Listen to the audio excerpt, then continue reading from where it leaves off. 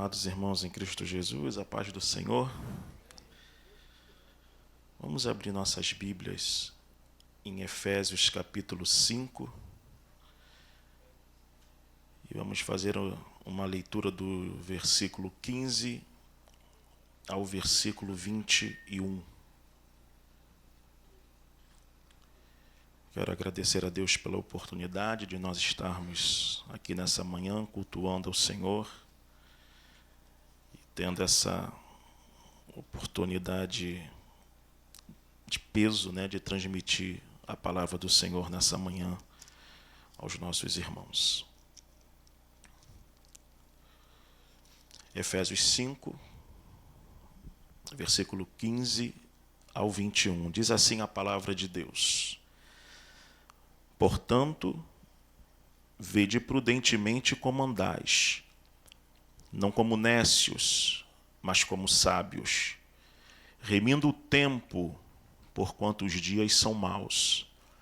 Pelo que não sejais insensatos, mas entendei qual seja a vontade do Senhor. E não vos embriagueis com vinho em que há contenda, mas enchei-vos do Espírito, falando entre vós com salmos e hinos e cânticos espirituais, cantando e salmodiando ao Senhor no vosso coração, dando sempre graças por tudo ao nosso Deus e Pai, em nome do nosso Senhor Jesus Cristo, sujeitando-vos uns aos outros no temor de Deus. Sujeitando-vos uns aos outros no temor de Deus. Senhor Jesus, nós te pedimos nesta manhã que o Senhor fale aos nossos corações, meu Senhor. Nós precisamos ouvir a Tua voz e a Tua palavra é poderosa, Senhor, para nos edificar, para nos consolar, para nos corrigir também, Senhor. Fica conosco nesta manhã, é o que nós te pedimos, em nome de Jesus. Amém. Mês de janeiro, geralmente, as pessoas fazem reflexões acerca do que se passou no ano e traçam metas para o ano que vai começar. Então não é incomum a gente ver e ouvir, nas nossas igrejas, onde frequentamos, mensagens que vão nessa direção. O que veio no meu coração é um pouco de nós voltarmos a uma reflexão para um planejamento da vida interior. Geralmente nós, quando planejamos, cuidamos muito da vida exterior, dos planejamentos mais, digamos assim, externos, superficiais, podemos dizer assim, do ponto de vista bíblico. Mas o texto que nós acabamos de ler mostra com muita clareza que se há uma das coisas em que os apóstolos de Jesus ensinam ao longo de suas cartas, é a necessidade, a importância e a urgência de nós fortalecermos o homem interior. A pessoa interior. Nós estamos falando aqui de uma vida espiritual, que sai de dentro e é determinante para a sua vida externa. Geralmente nós somos acostumados a pensar em tomar as decisões do ponto de vista externo, os planejamentos externos, o que devemos fazer externamente. Mas o ponto de vista que eu gostaria de compartilhar com os irmãos nessa manhã é aquilo que devemos ser internamente, para que a nossa situação externa seja de fato coerente com aquilo que cremos, pensamos e vivemos. O ser humano ele não é um ser humano dividido. Ele é uno. Ele é unido. Ele é corpo, alma e espírito. Então, se aquilo que está dentro de você é maior do que qualquer coisa nesse mundo, toda a sua ação externa deverá ser coerente com aquilo que está dentro de você. E isso é exatamente a perspectiva que o capítulo 5 de Efésios nos traz. Nós poderíamos intitular aqui o título de uma mensagem como Vivendo com Sabedoria, à luz das Escrituras. Essa carta de Paulo aos Efésios é uma carta com uma preocupação pastoral.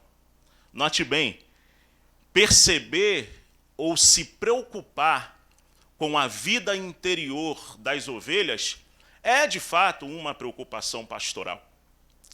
E essa preocupação pastoral, ela vem ao longo de toda a carta com exposição de doutrina e logo em seguida exposição de perspectivas práticas.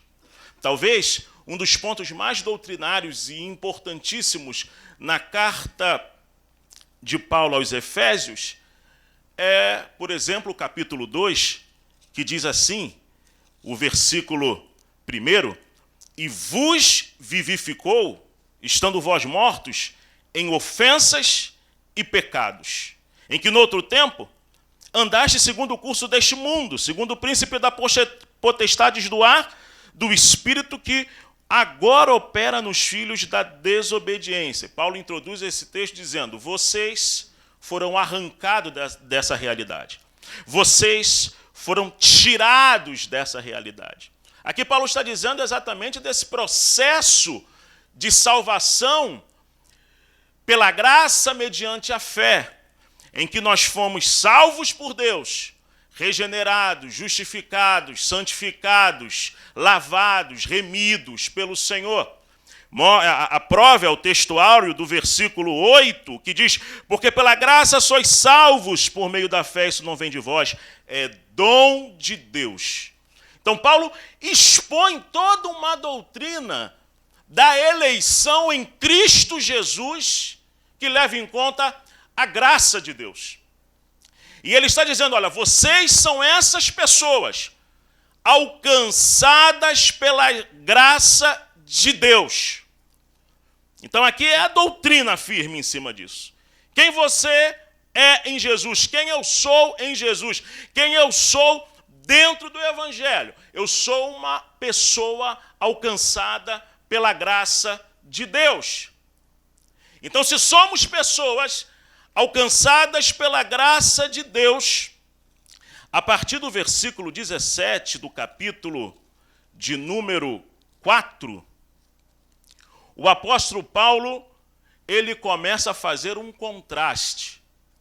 Se você observar depois com calma, o versículo 17 do capítulo 4 é exatamente o conjunto de texto que está inserido o parágrafo que nós acabamos de ler aqui.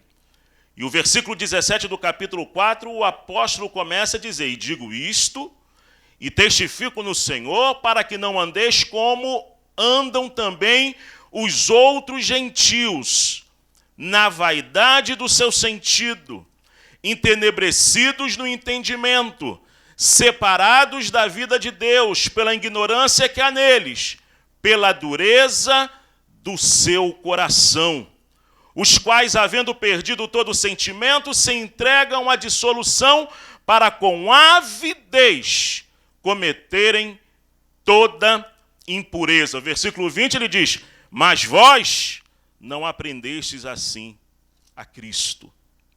Fica muito claro nessa introdução desse parágrafo que Paulo ele começa a fazer um contraste entre o que é uma vida gentílica e o que é uma vida cristã.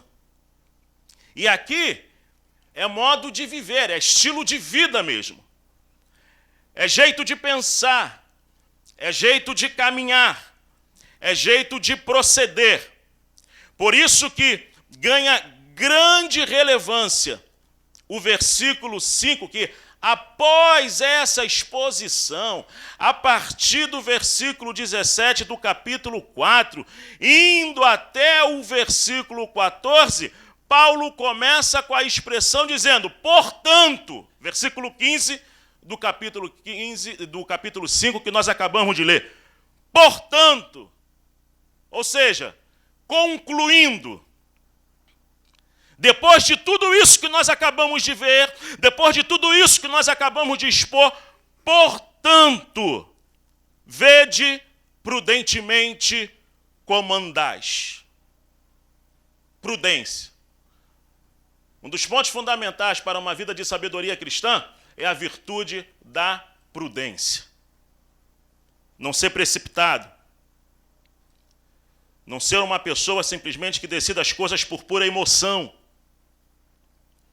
Porque quem assim faz, o apóstolo assemelha ao nécio, ao tolo, aquele que não sabe o que discernir. Aí ele diz, vede prudentemente como andais, não como nécios, mas como sábios. Há um contraste flagrante, o contrário do tolo. Sabedoria aqui não tem nem muito a ver com inteligência. Tem a ver com um modo mesmo sábio de proceder, de viver a vida, de ter um estilo de vida. E um dos pontos fundamentais para manifestar essa sabedoria, ele apresenta no versículo 16, remindo o tempo, porquanto os dias são maus. Eu queria justamente abrir esse primeiro ponto. O apóstolo Paulo traz a reflexão aos Efésios, que é necessário ter uma consciência cristã a respeito do tempo. A perspectiva aqui de remir o tempo é aproveitar o tempo, é organizar o tempo, é ter a perspectiva do tempo como oportunidade para fazer todo o bem que Deus espera que façamos. E uma das coisas mais fundamentais nesses dias é nós vivermos o tempo de maneira sábia, da forma que Deus quer que nós vivamos. E o ponto fundamental de nós remirmos o tempo e pensarmos o tempo é trazer consciência para o tempo. Aí você pode perguntar, como que eu trago consciência para o tempo? Muitas vezes nós vivemos o tempo sem consciência alguma dele. Muitos filósofos já pensaram acerca do tempo. E há um filósofo espanhol que eu acho muito interessante a reflexão que ele fez a respeito disso, que ele dizia que deveríamos viver da maneira como que uma pessoa que estivesse se afogando e recebesse uma boia para se salvar. Naquele contexto, quando alguém está se afogando ou vivendo uma experiência de quase morte, o que realmente importa naquele momento? Essa é a consciência que a gente deve trazer para o nosso tempo e para a nossa vida. O que realmente importa? Porque quem está vivendo ou quem já viveu uma experiência de quase morte, eu já tive a oportunidade de viver uma experiência, não vou dizer de quase morte, mas de uma linha de tiro. Em segundos, em frações de segundos, passa um flashback na sua mente. E é interessante, há algo quase que milagroso. Aquilo ali, em poucos momentos, vem na sua mente aquilo que é mais importante para a sua vida, em Deus e ao redor de você. A gente, às vezes, não tem esse exercício de fazer esse tipo de reflexão. Uma outra pergunta que seria interessante para trazer consciência ao tempo. O que eu gostaria que as pessoas pensassem a respeito de mim quando eu morresse? O que você gostaria que as pessoas dissessem a teu respeito? Quem foi o pastor Wagner? Quais ações do pastor Wagner marcaram a minha vida? Quais ações das pessoas que conviveram comigo vão lembrar quando eu for? Quando Paulo fala, remir o tempo, porque os dias são maus, porque os cristãos têm a plena consciência de que o tempo que temos hoje, na perspectiva bíblica, ele pode ser representado como está lá no Salmo 90, onde o salmista diz que a vida é como o quê? Fumaça. É fugaz. Por isso que o salmista ora, dá-nos, Senhor, um coração sábio, para que possamos contar os nossos dias, para que possamos viver com sabedoria, para que possamos aproveitar cada momento da nossa vida em que Deus seja glorificado e as coisas mais importantes sejam feitas. Então isso é uma consequência natural de viver com o quê? Prudência, sabedoria, agir prudentemente. Quem vive com prudência, quem age com sabedoria, ele não se deixa levar pelo aparente sucesso do momento, pelo aparente benefícios das coisas que estão vivendo. Parece que há momentos, o Salmo 30 é uma coisa fantástica pelo salmista. Quando o salmista chega num dado momento, ele fala assim, vamos dar só uma olhadinha lá, Salmo 30, versículos, não estava aqui na minha programação, mas veio ao meu coração. Salmo 30, versículo 7, que diz assim, são duas coisas muito interessantes que o salmista ele tem. Ao mesmo tempo, ele apresenta uma segurança. Ele diz assim, tu, Senhor, pelo teu favor, fizeste forte a minha montanha. O salmista cheio de gás, falando, tu és a minha força, tu és o meu Senhor, não temerei, tu me fizeste forte como a montanha. Mas logo em seguida, ele diz assim, tu encobriste o teu rosto e fiquei perturbado. Estava forte, estava fincado e firme, mas logo em seguida, tu cobriste o teu rosto e eu fiquei perturbado. Isso me faz lembrar aquela passagem quando Jesus se apresenta ao mar e Pedro, ele vai ter com Jesus e Pedro, num dado momento, anda cheio de fé. Mas daqui a pouco, a tempestade em volta começou a tirar a ele aquela fé e ele começou o quê? A afundar. Você precisa, eu e você precisamos ter a consciência que muitas vezes a nossa vida espiritual tem esses altos e baixos. Os grandes homens espirituais, meus irmãos, viveram isso.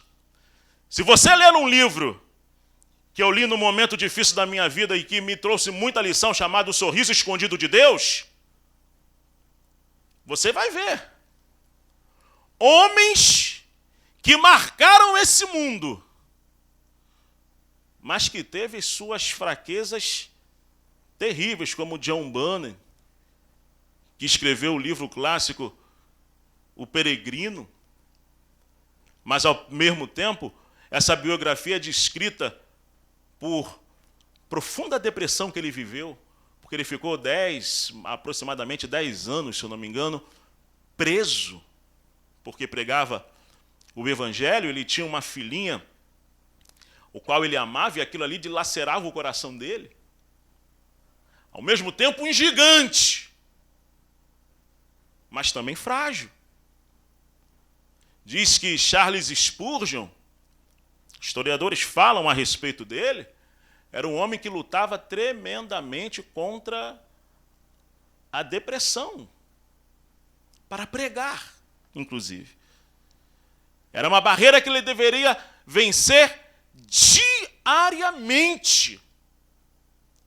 Então, trazendo de volta exatamente, ter consciência do tempo, ter consciência de cada oportunidade que Deus nos dá para viver, é viver com sabedoria.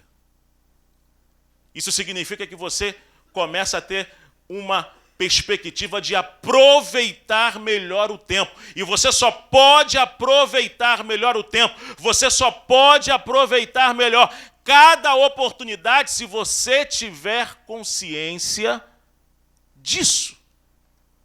Primeiro, a vida é curta. Segundo, o que eu quero que as pessoas pensem a meu respeito? Você vai ter poucos momentos para chegar a esse resultado. E a grande coisa interessante é quando você chega, quem sabe, se o Senhor Jesus não voltar e nos der o privilégio de chegarmos aos 70, aos 80 e respondermos assim.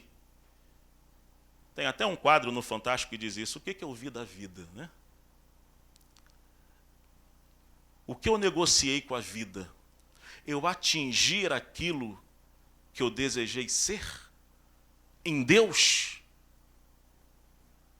É claro que se você fizer uma meta e revisar essa meta ano a ano, é claro que, digamos assim, 100% nós jamais atingiremos, porque as circunstâncias da vida vêm e muitas vezes os imprevistos nos pegam, e é por isso que eu usei a expressão, a gente tem que negociar com ela. Né? O sofrimento vem, problema da saúde vem, doença vem. Só que se você tem uma consciência de que a vida é fugaz, de que a vida é passageira, mas que ao mesmo tempo há um Senhor no céu numa dimensão de tempo completamente distinta à nossa, em que Ele é onde não há para Ele passado, presente nem futuro. Ele é e sempre está vendo e sempre está agindo e sempre está no controle, como nós cantamos aqui nessa manhã.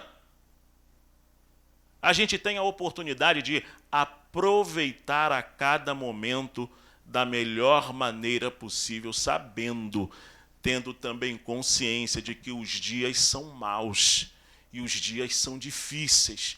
Você não vai ter momentos só de vitória, você não vai ter momentos só de alegria, você não vai ter momentos só de júbilo, você vai ter momento de sofrimento. A hora escura baterá sobre a sua vida. Opa, isso aqui parece até uma mensagem para o dia de início de ano, se é assim, mas a realidade das Escrituras mostram com muita clareza que se o nosso homem interior tiver consciência disso, aquilo que está externamente ao nosso redor, talvez do ponto de vista muito perverso, acontecendo ao nosso redor, todavia, o nosso homem interior continuará forte,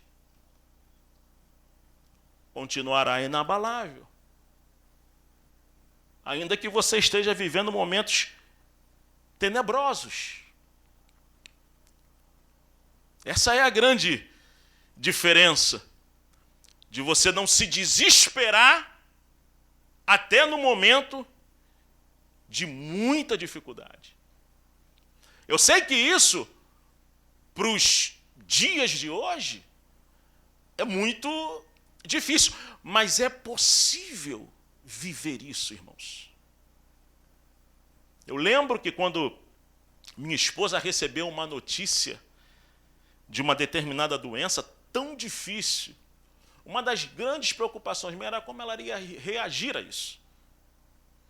E eu vi a graça de Deus agindo no psicológico dela, na mente dela, na forma de lidar com aquilo, na tranquilidade, preocupação em si, mas em nenhum momento perdendo qualquer tipo de equilíbrio.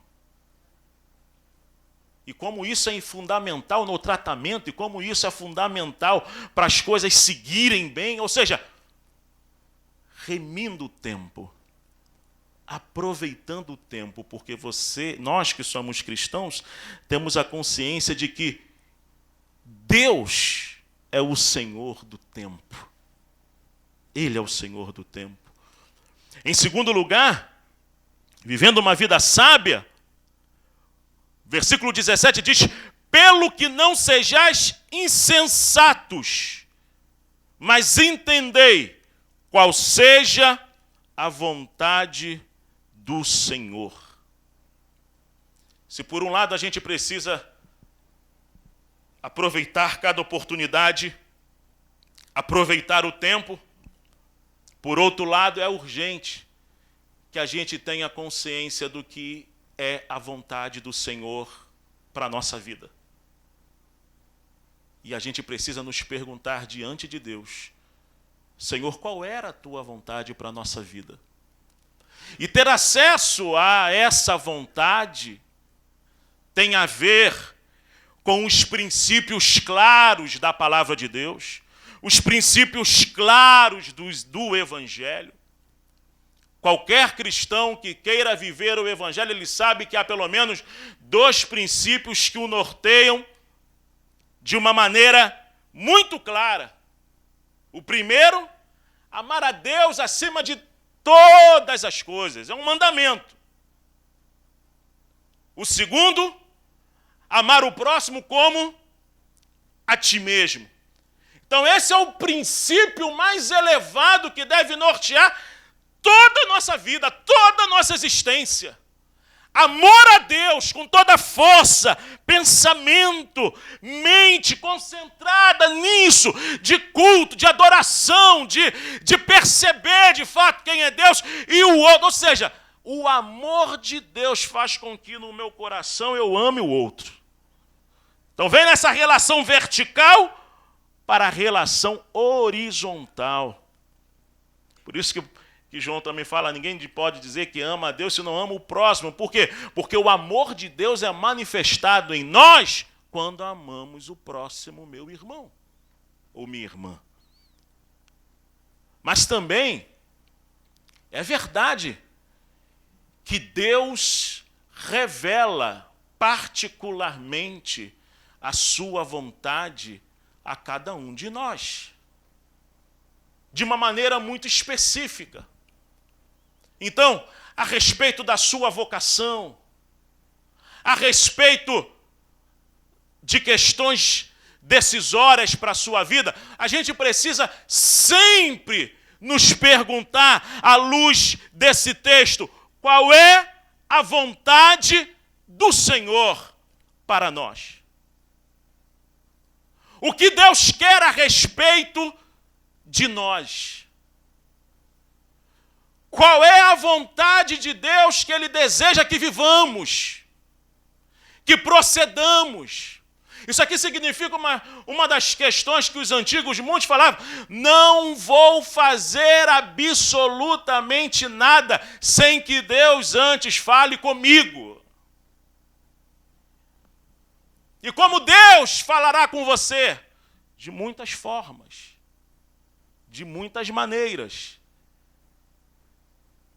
E para isso a gente precisa ter uma sensibilidade espiritual aguçada.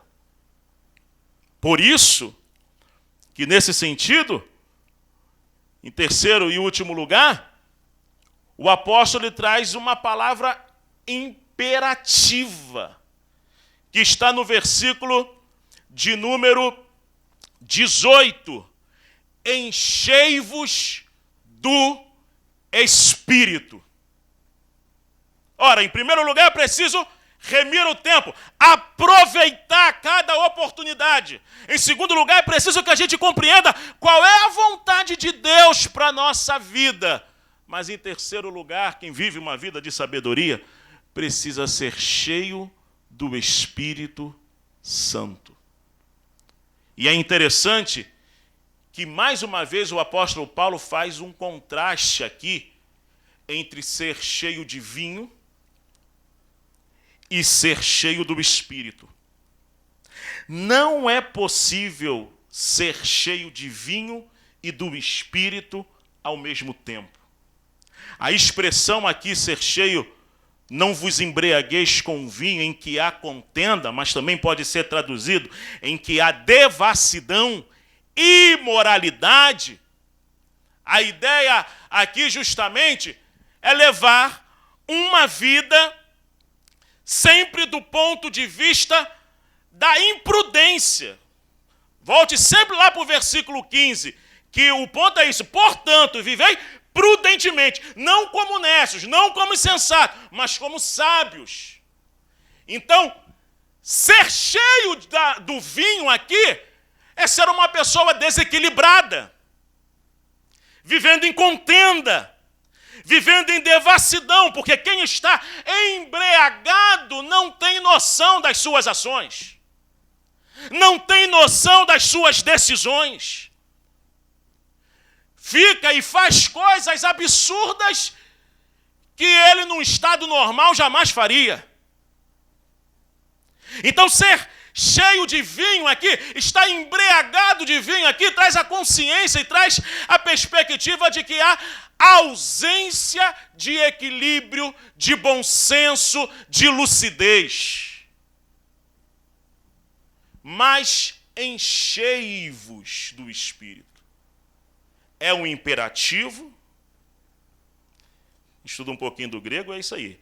É um imperativo passivo presente, está no plural. Verbo. Enchei-vos. Ou seja, ele está falando com toda a igreja.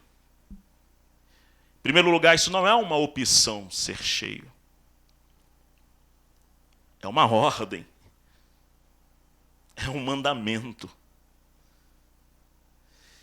E os estudiosos aqui do grego vão dizer que essa expressão também traz a conotação de ser cheio repetidas vezes.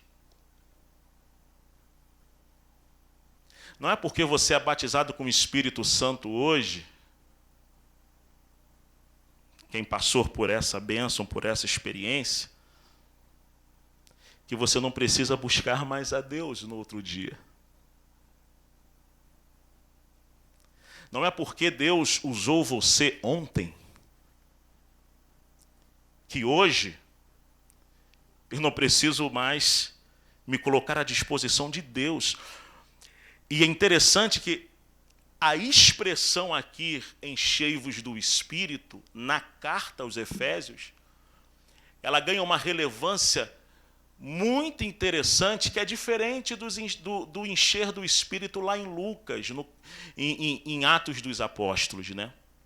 É muito interessante isso daqui, porque muitas pessoas perguntam, ser cheio do Espírito é a mesma coisa do que ser batizado no Espírito Santo? Alguém já deve ter feito essa pergunta. Quando me fazem esse tipo de pergunta, eu geralmente respondo assim, olha, depende de qual perspectiva que você está se referindo. Se for a perspectiva de Lucas em Atos, o ser cheio do Espírito Santo ali é sinônimo de ser batizado com o Espírito Santo com evidência de línguas. Agora, se for ser cheio do Espírito, como Paulo está dizendo aqui em Efésios, aí sim, é uma outra conotação, é uma conotação distinta, porque aqui Paulo está unindo a perspectiva da experiência espiritual, do se encher com o Espírito, como consequência direta no nosso caráter. Enquanto em Atos, o ser cheio do Espírito, o ser cheio, o ser batizado no Espírito Santo é uma capacitação espiritual. Há um livro da casa que fala isso de uma maneira magistral, sobre a teologia de Lucas. de Roger Strong, não sei se eu estou pronunciando o nome dele aqui, se você quiser aprofundar esse estudo, vale muito a pena você trabalhar a teologia de Lucas, lá em Atos dos Apóstolos, e a teologia do Espírito Santo desde o Antigo Testamento. Então, enquanto em Atos, o ser batizado, ser cheio, tem a ver com capacitação para testemunho, ou seja, pregação, anúncio do Evangelho, aqui em Efésios, esse cheio do Espírito está interligadamente ao desenvolvimento do nosso caráter, da nossa santidade, do nosso ser. E isso não deve ser algo excludente. Um erro de muitos cristãos que uns só querem eleger o ser cheio do Espírito em Paulo e esquecer a questão do poder. Outros só querem o poder de Atos e esquecem o desenvolvimento do caráter de Efésios. Quando a Bíblia é todo o conselho de Deus. Que coisa gloriosa quando alguém cheio do poder de Deus para anunciar, mas cheio do Espírito também para viver uma vida de caráter. De caráter. E aqui ele traz a consequência. Aquele que é cheio do Espírito tem prazer em cantar salmos. E ele vai buscar se encher do Espírito com práticas espirituais. E aqui, salmo, aqui em Paulo, está se referindo aos salmos canônicos. Tem prazer em cantar cânticos espirituais. Os cânticos espontâneos do Espírito, cantando e salmodiando o Senhor no vosso coração. Olha, está falando de vida interior. Tem prazer em sempre dar graças a Deus, por nosso Deus e Pai, em nome do nosso Senhor Jesus. Vive em gratidão. Vive em alegria. Um dos pontos essenciais, como consequência direta de uma vida cheia do Espírito, é exatamente isso que vai desembocar no final de tudo, sujeitando-vos uns aos outros no temor de Deus. É a conotação aqui de servir o próximo. Nós não vamos adiante aqui, mas é nesse contexto, é nessa perspectiva de serviço mútuo, de servir mutuamente um ao outro, porque para chegar a esse ponto aqui, de considerar um ao outro superior, isso aqui nós estamos falando da virtude da humildade. É a virtude, uma das virtudes mais importantes do Evangelho. Negar a si mesmo, tomar a sua cruz e seguir a Jesus. Negar o eu. Ou seja, uma vida cheia do Espírito tem consequência direta com uma vida de humildade e de serviço para o outro. O que eu posso servir ao outro? De que forma eu posso servir bem o outro? De que maneira eu posso servir bem aquele que está ao meu redor? E a vida, nesse sentido, segundo a perspectiva bíblica, é a oportunidade de servir bem o outro. Servir bem. E é nessa perspectiva, e olha como muda, é nessa perspectiva que Paulo vai falar aqui de sujeição de esposas com marido, de marido com esposas, de pais com filhos, de patrões com funcionários e funcionários com patrões. É dentro dessa perspectiva. O problema é como se isola um, né? Quando se isola ou quebra uma coisa dessa, aí que dá o problema na relação. Mas a ideia de Paulo aqui é muito clara. Se todos estão cheios do Espírito, se todos aproveitam a oportunidade, se todos vivem a vontade do Senhor, se todos estão cheios do Espírito, cantam, têm gratidão e a humildade se instala no coração, a humildade está estabelecida. O serviço ao outro é possível. Meus irmãos, nós estamos aqui para servir um ao outro. Essa é a mensagem das Escrituras. Esse é o que nós podemos dizer o ponto central do Evangelho. É uma consequência direta. Donald Guy, um teólogo pentecostal britânico, num livrinho que a casa tem aqui também, Como Receber o Batismo no Espírito Santo, ele fala exatamente isso. Só há uma maneira do ser humano se submeter ao outro. E é isso. Está falando de submissão mútua, que vai contra a natureza pecaminosa de qualquer ser humano. O ser humano considerar o outro ser humano superior a ele, isso vai contra a natureza pecaminosa, porque todos nós, no estado natural, olhamos para o nosso umbigo. Nós olhamos como centro de tudo. Nós somos superiores a todos.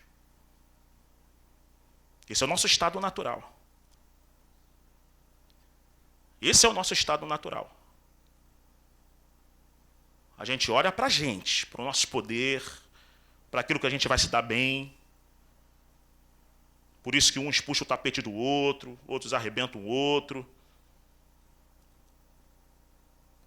Agora, quando Jesus fala assim, ama o outro como a ti mesmo, é como que o Senhor Jesus estivesse falando assim, olha, rapaz, como você ama muito a você, diminui isso daí e distribui para o outro, para que você não perca a sua alma. E Donald Guy, ele fala exatamente isso. Quando nós estamos cheios do Espírito Santo, parece que não há nada mais importante do que servir a Deus e ser um instrumento de bênção para o outro. Aquilo ali foi uma das coisas que mais me tocou, porque foi pela primeira vez que eu vi um teólogo pentecostal falar de uma maneira tão profunda essa relação do Espírito com esse desenvolvimento do caráter, porque a gente está muito acostumado com a relação do Espírito com poder só. E eu falo isso por uma experiência própria, que eu passei num dado momento, aqueles momentos quando a gente se consagra. Eu me lembro que em uma de minhas férias, isso tem um tempinho, eu tirei aquele período realmente só de fazer momentos de consagração profunda a Deus. As minhas férias foi só para isso. Quase que fosse um retiro espiritual meio sabático. Se pudesse fazer o ano sabático, eu fiz o mês sabático. E, meus irmãos, eu costumo dizer o seguinte, eu nunca tinha vivido de uma maneira tão intensa.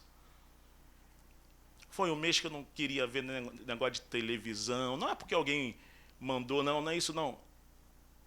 Parecia, era o que eu sentia, a experiência, parecia que o Espírito estava em mim, na minha carne, em todo momento, sim. Qualquer coisa eu chorava, qualquer coisa que vinha sobre as coisas de Deus, aquilo ali vinha em mim, dentro de mim, e lágrima vertia. Quantas vezes eu me peguei, e sempre com o pensamento de olhar o outro, de servir ao outro, sabe, de ter aquela ideia, aquela consciência de que você não é nada, você não é nada, você e eu, nós não somos nada. Nós estamos aqui justamente para servir a Deus e servir ao outro. Isso é uma experiência profunda no Espírito, além de poder para testemunhar. Então, que nessa manhã, à luz do texto de Efésios capítulo 5, você lembre disso. Aproveite cada oportunidade que Deus te dá. Aproveite o teu tempo. Em segundo lugar, procure saber qual é a vontade de Deus para a sua vida e vive-a. Em terceiro lugar, seja cheio ou cheia do Espírito Santo de Deus. A coisa mais preciosa nessa vida cristã é termos a presença do Espírito de Deus conosco. A pior coisa que pode acontecer a um ser humano, a um cristão, é perder a presença de Deus na vida dele. Ai de mim, ai de você, se o Espírito de Deus não estiver sobre nós. Que Deus nos abençoe nessa manhã, em nome de Jesus.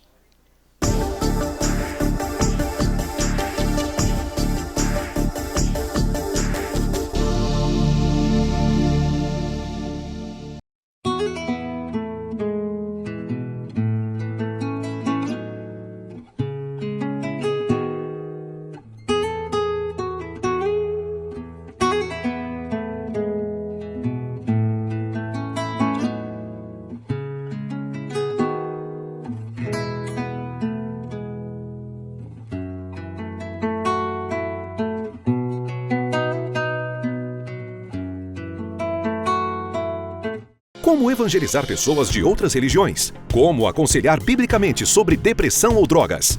A Bíblia do Pescador oferece estas e muitas outras respostas para quem pratica o evangelismo pessoal. Uma obra completa que aborda de forma acessível conceitos fundamentais que tornam simples e claro o discipulado, o aconselhamento e a evangelização. Todo pescador precisa de uma boa rede. O pescador de homens também. Então, vamos lançar a rede? Bíblia do Pescador, um produto com a qualidade CPAD.